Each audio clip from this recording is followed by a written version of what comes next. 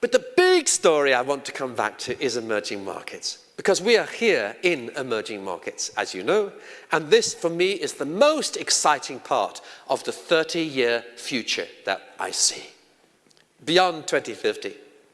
Why is that? There are 1 billion children alive today. Almost all of them are in emerging markets. They are in Africa, Latin America, Asia. Almost zero of them are in Italy or Germany or Russia or the UK or the US. Young populations. 1 billion people will move from one nation to another over the next 30 years. How do I know? Because it's happening every month, every week, every year it happens. In fact, one of the greatest sources of income for many small villages in Latin America is people sending money home. They have moved, but they send money back. Really important.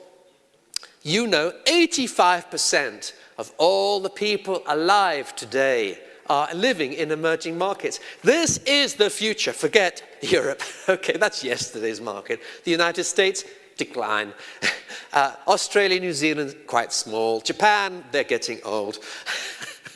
The picture is of growth in emerging markets. This is the huge one. And you are there. You are in it. This is your story. This is the story of Santiago. This is the story of, year after year. I look at your economic growth here in Chile for the last 15 to 20 years. Most years it is averaged over a period of time around 2.5%, 3.5%, 4% growth. It may not sound a lot, but in my country it's 1.5%. I'll tell you, when you do that for 30 or 40 or 50 years, the growth impact is incredible. And that's why copper prices, yes, of course, here copper is very important and copper prices are having some pain. Not surprising, with all the shocks in supply chain and everything else. But listen, our world lives for copper. You cannot create tomorrow's future in emerging markets without copper. Copper is one of the foundation stones of the future. You have a huge amount of it in this country. Copper prices will recover.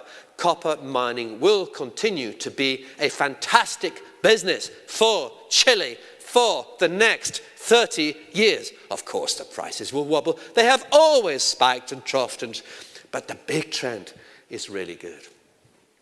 But it's going to be south to south, more south to south, rather than all going to Germany to build their cars. Okay.